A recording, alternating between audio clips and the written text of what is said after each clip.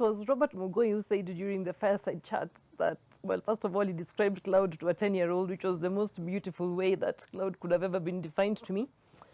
And to further this conversation, I would like to invite a panel with me to talk about innovating at scale. It's very critical that with the circles being what they are, being as collaborative as they are, and being such a huge part of our financial inclusion, that we include tech. And this would be the people who would incorporate tech into the circle space. So first of all, gentlemen, before we begin, I would like you to introduce yourselves. And I would like you to tell us, while you introduce yourselves, how you have incorporated Gen Z into your plans when it comes to technology. Yes, I'll start with you, Peter. Thank you, Carol. Yeah. My name is Peter Agola, Head of IT at New Fortis Sacco.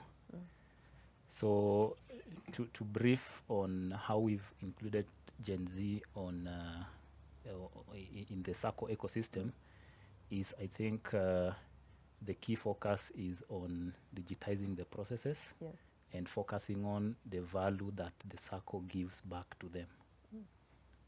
Great. What about you, Tom? Thank you, Carol. Tom Kimani is my name. I'm co-founder and MD of Presta Technologies. At Presta, that is our core mission. We assist SACCOs in this process of digitizing so that they can be able to attract more and more Gen Z members. So from the loan process to how you join as a member, all these things is what we do. Kelvin Ebol is my name. I head the ICT and Business Innovations Department at Safaricom Sacco.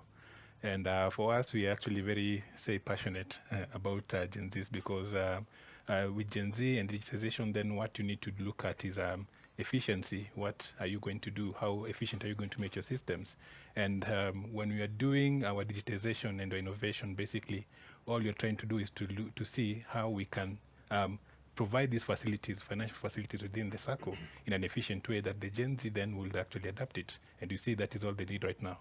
Okay, great. Well, Kelvin, just staying with you, you're part of Safaricom Sacco, which has a very distinguished reputation, I must say.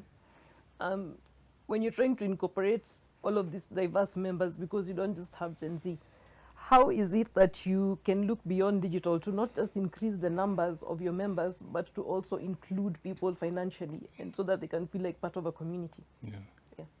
So when you talk about financial needs, and you cannot look at the needs and overlook the wants, especially in the current state of affairs. They go hand in hand. And when we say the needs, of course, you're looking at the basic food, shelter, and utilities. And of course, the ones, the nice to haves. But in the current state and looking at how we operate as a society is that the ones at some time, they come and overshadow or come and take over the needs. And now there's a bloodline between what we may term as the needs and the wants.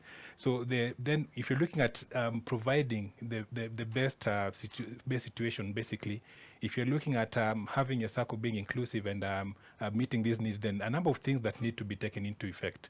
And basically, when you're looking at it, bottom line is you have to understand that a circle is a savings and credit society. Basically meaning that the primary function is to provide savings facilities and credit facilities. So all your solutions and needs then need to be around this. So basically then if you go further and look at the wants of your members and the needs is to access these services. And how they access the services, I mentioned something to do with the Gen Z's efficiency. But anyway, if then I want to, I'm a member, or we have members that we are trying to provide services to, and we are trying to look how best we can do that. Affordability is one of the things that we want to look at. Are the solutions or services that we're giving, are they affordable? Are they efficient? Is whatever it is that you're giving, is it efficient enough that in as much as it's affordable, I can access it through some efficient kind of systems? Looking at availability. And again, you can have very good products, but if they're not available, then your systems are always down. Then that's a problem, and you see you're not meeting that particular need. So basically, there are a lot of aspects that you'll want to look at when you're trying to offer or just meet these particular financial needs within your members, which is just more than bringing in the numbers. So, like I mentioned, holistically, if you look at it. It's all about providing the savings and the credits services to your members, and how efficient, how affordable, how are your system how is your availability in terms of system availability, how is it relatable, is it so hard to use, looking at the people who are down there in the interior, can they access, can they easily use your systems? So basically this is how you'll want to bridge that gap, and this is basically what I'll want to see, like the approach that we have taken and how I'll look at it. Okay.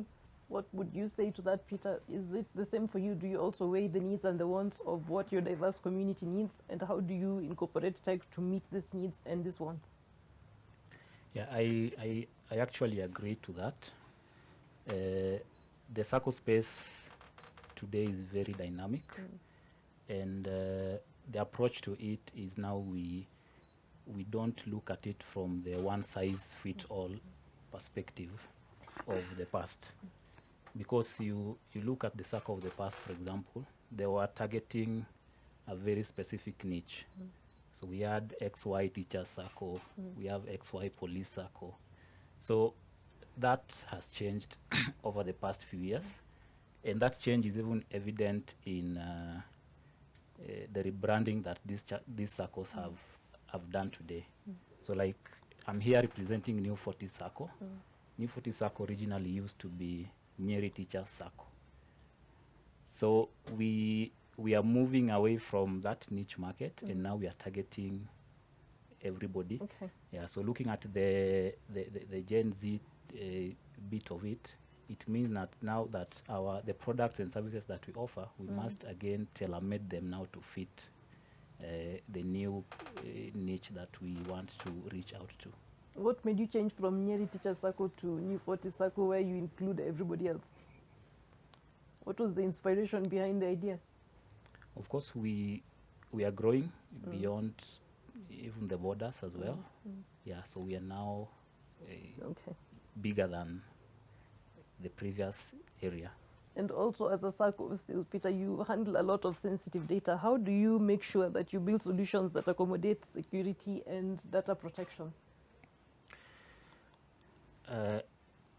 Data protection is now a big issue, not only in the circle space, but elsewhere outside the tech ecosystem.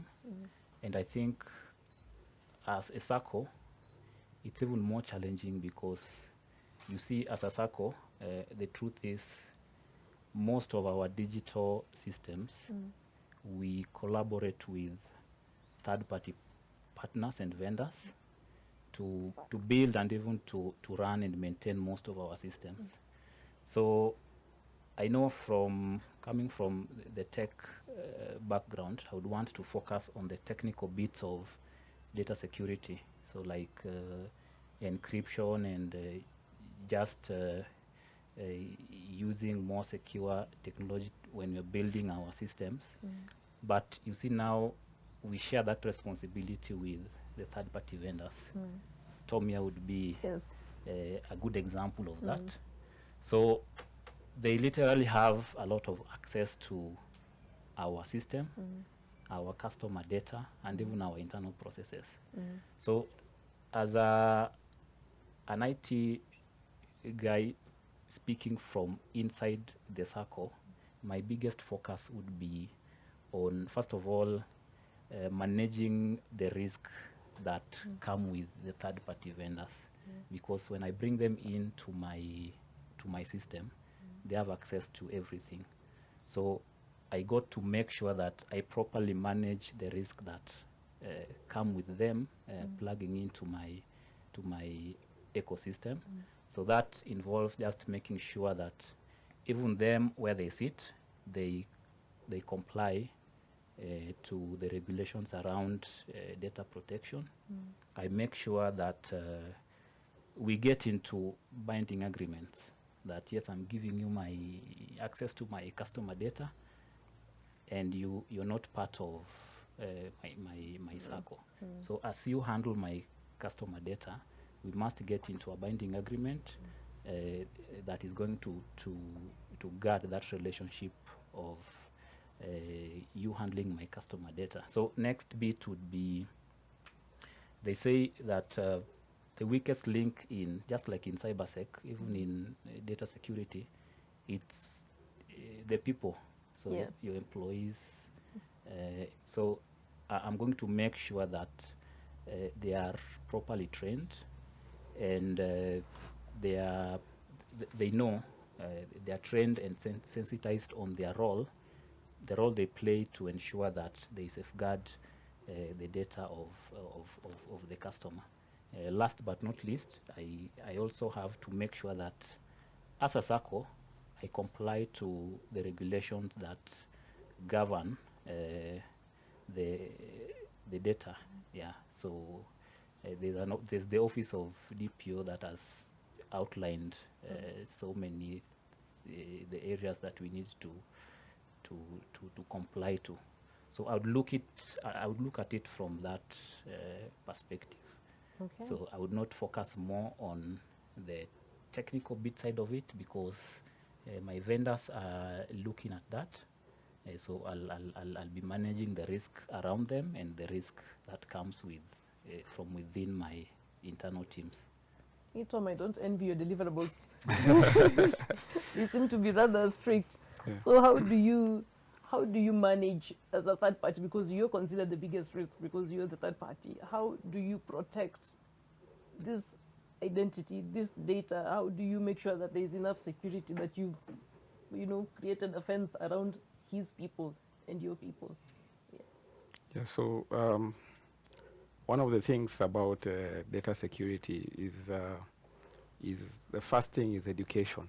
Yeah, because the perception out there about cyber security and the cyber security incidences that happen is that some foreigners or some Chinese or whatever seated somewhere are transferring money from your accounts generally.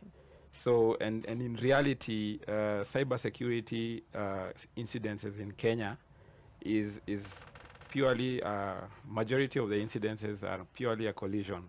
So you find collision between a previous vendor and a new vendor. There's a lot of collision outside there, and that even makes our job of selling quite hard, because what happens is everyone, especially the circles that are down there, they don't know, they don't understand this risk that exists. So the first thing, as I will say, is I believe we need to do a lot of education. For example, vendors or telcos that these circles connect to, like Safaricom and the SASAPs, they need to educate these circle leaders on the potential risks that exist. Yeah, and that the risks are not really from outside, foreign kind of risk. The risk actually exists inside. Kikulacho kingoni. Nasemanga nini nguro jikaranga na mafuta yake.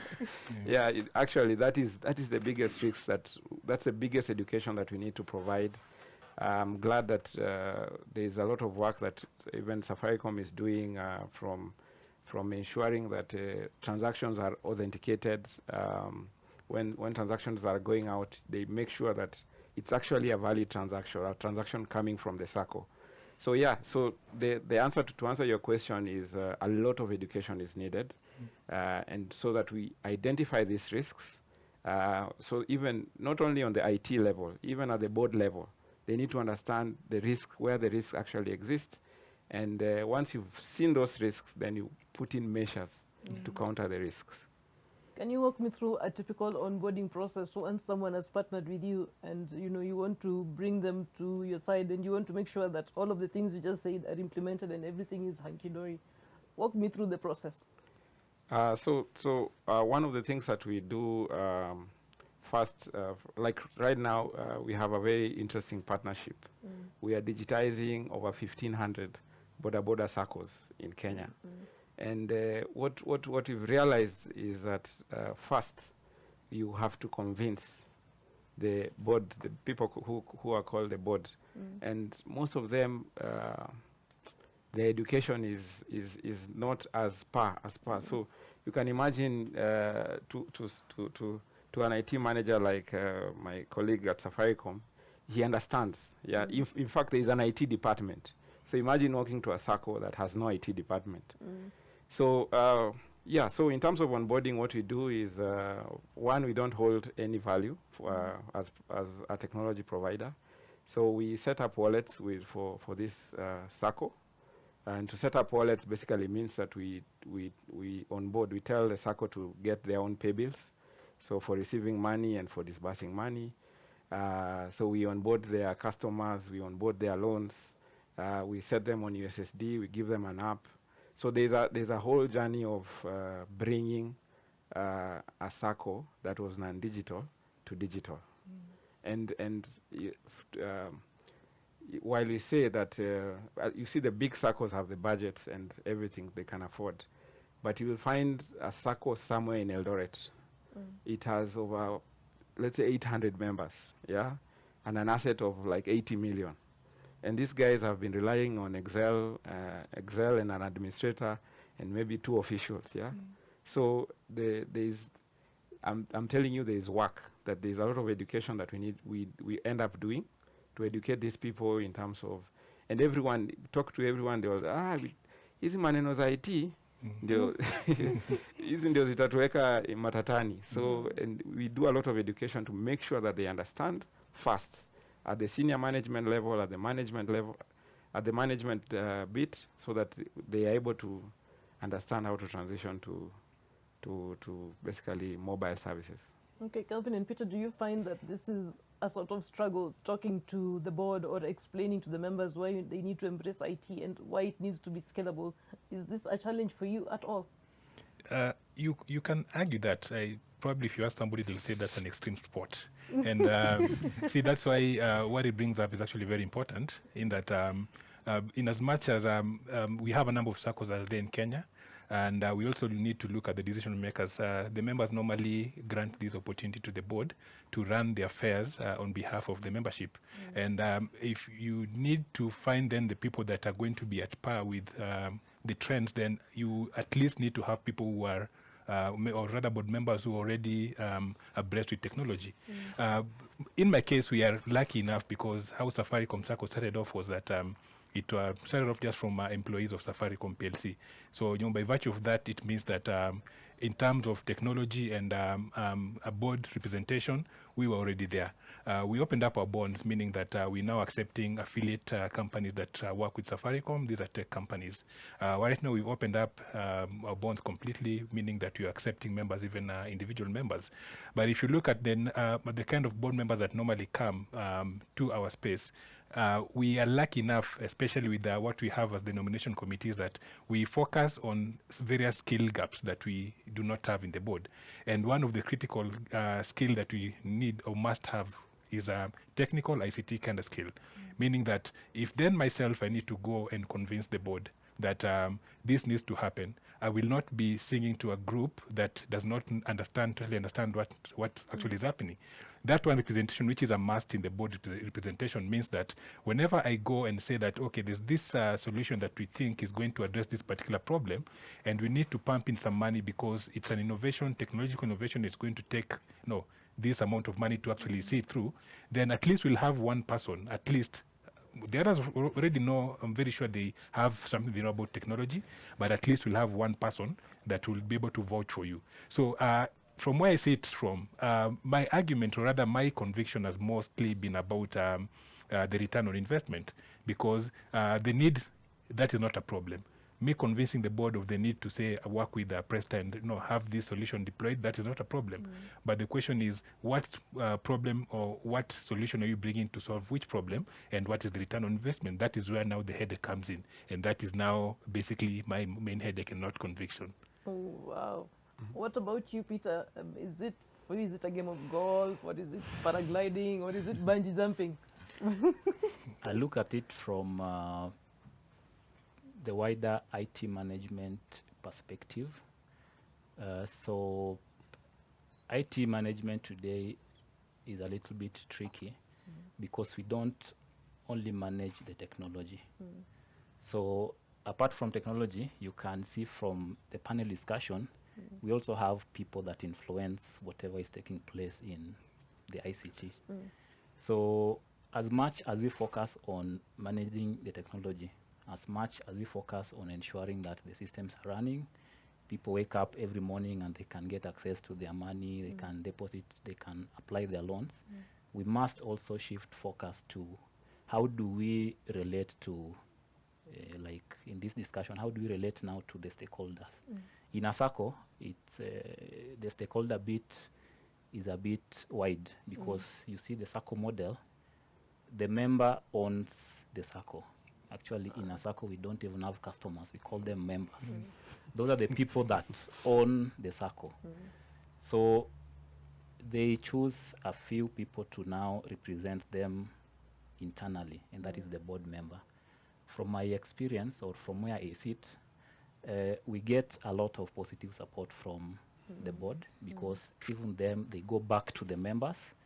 They need to deliver to the members. So they rely on what we do as IT to give that value back to their members. So in most cases, they give a lot of support. But of course, it's now upon we internally to make sure that we now transform that into value. So I can say it needs looking at IT management from all the dimensions. So look at technology, look at people, look at processes, even vendors, partners like Tom. We must include them into that circle, and then we drive it as one. So that way we are able to really come up with positive outcomes from all those groups of people. Tom, you must have been summoned by a few boards in your time to explain to them what kind of value are we getting out of this. How do you explain this value to them, and how do you tell them it will also have value in 2 years, in 3 years, in 5 years down the line? Yeah, I think you precisely put it right, yeah. Like we recently, as late as last month, we launched a very innovative solution with one of our clients where their members can be able to trade shares among themselves. And we realized that I think even you've seen in the papers, one of the biggest pain of being a SACCO member is exiting. Yeah, People never because expect you to leave. not even that. When you see in a SACCO setup, shares are not withdrawable. True. So what happens is you have to sell. You have to find someone to sell. Okay, and sometimes you might be in a very serious emergency that you need to sell that particular shares. Yeah. So what happens is before you find someone else who can buy your shares, it becomes a very difficult job, and you find that SACCOs today pay very good returns, even better than so many NSE companies. There are many investors out there who could quickly jump, buy some Safaricom shares that is on urgent sale, but there is no platforms to do that. So you see, the thing is, the beauty, what I've learned with SACCOs and SACCO boards is as long as you do what you promise you do, convincing them is they build trusts slowly, and then over time now, as I said, you have to explain the return on investment. What is it the real value to the member? And yes, there will be early adopters, and some of them actually take a bit of time to jump on board. But yes, there is serious work that we need. We need collaboration with the IT managers, the board members, convincing them that there is value in what you're offering. Amazing. Well, guys, thank you so much. This has been a riveting conversation, at least for me. I don't know about you all. So just to wind up, just 1 minute for each of you to say, what do you think you have done to contribute to the circle space as a professional or as a person when it comes to your skills? Peter. Thank you. So, me, I've been around the circle space for a very long time. And I think my focus majorly, now talking technology, has been on the core banking system side. And to me, I think what circles need to focus on majorly is the core. If the core is stable, then everything else can run. So remember, all the channels, they plug onto core banking. Your USSD, your app, your mobile, your ATM. If the core is down, everything is down. People can't access services. So that has been my focus. I think one of the strongest area of my circle and the circles where I have worked previously is that they are known to be having very robust core systems, and that has enabled them now to extend other services to the members. So I can say in a nutshell that has been my major focus and my major contribution to the circle. Fantastic. Tom? So for me, I think what my major contribution has been is we've managed to unlock new revenues for a lot of our clients, circle clients. You find that a lot of circles were very traditional before. So what happens is they didn't know that they could build a product that will allow their members get short-term products. And once they embraced, it became a new revenue line, performing even better than some of the traditional products. So for me, and I think the biggest contribution we want to do to the industry is to show the circles the potential market that is out there that they are not getting just by not adopting technology. Okay. And finally, Kelvin. Yeah, so for me, Carol, you'll allow me to actually say what I've done for the circle and what the circle has done for me, to be precise, Safaricom circle, and I'll be very brief. Now, what I've done for the circle, unlike my friend here, myself, I have not worked so long in the circle. I've worked at Safaricom circle for 6 years. Previously, I was in a fast-moving consumer good company and a telco. So I have got diverse skills that when I joined the circle, I did not have the adequate financial skills. But I'm glad that for Safaricom Circle, since I joined, one of the things that, number one, the Circle has done for me that allowed me to open doors for Safaricom Circle is it allowed me to actually have a view of, say, a problem-solving kind of a view, whereby it was quick for me to see exactly the issues that are there and provided a clear path for me to innovate. What we're talking about right now is that Safaricom Circle, we've challenged the status quo, looking at the circle space and everything. We've actually gone hard and challenged that the way of doing things, and we've tried to digitize and we've tried to do things differently. We've tried to push innovation. We've tried to just think outside the box. And I feel like the journey in between from 2019 up to date, what we've done and looking at the changes we've done in terms of the core banking system, in terms of value-added services, the channels that members normally reach us with, I believe that I will be proud, or the circle will be proud of what we've achieved in terms of that. I believe that this is actually a changing perspective looking at even the circle space, because when we meet as circles and circles collaborate, one thing about circles is that we are cooperators. When we meet amongst circles and they see that this is something that you've done, he mentioned shares trading. I'm very happy to see that it's something that we also think of a solution in-house, and we have one in-house. And you see, we always try to build from the problems that we have to come with innovative solutions that will address that. And I'm so proud and I'm so happy that this is what I've done for Safaricom Circle, and somehow it has influenced one or two other circles. In the meantime, while I was doing that, I'm also proud to say that the circle also challenged me and pushed me from my norm. Joined in as an ICT manager, developed to ICT and business innovation. Business innovation meaning that I could look at the business and see how to innovate, not just technologically, but what else can you do? And I feel like that transformation in terms of who I am and running the project all through up to this point, taking up the lead as the project manager and what I've achieved, that is something that I can say the circle has done for me. So it's twofold for me. Fantastic. Well, there you have it. a strong core, new generation, new revenue generation streams, and disruption. Thank you very much, gentlemen. It has been an absolute pleasure. All right.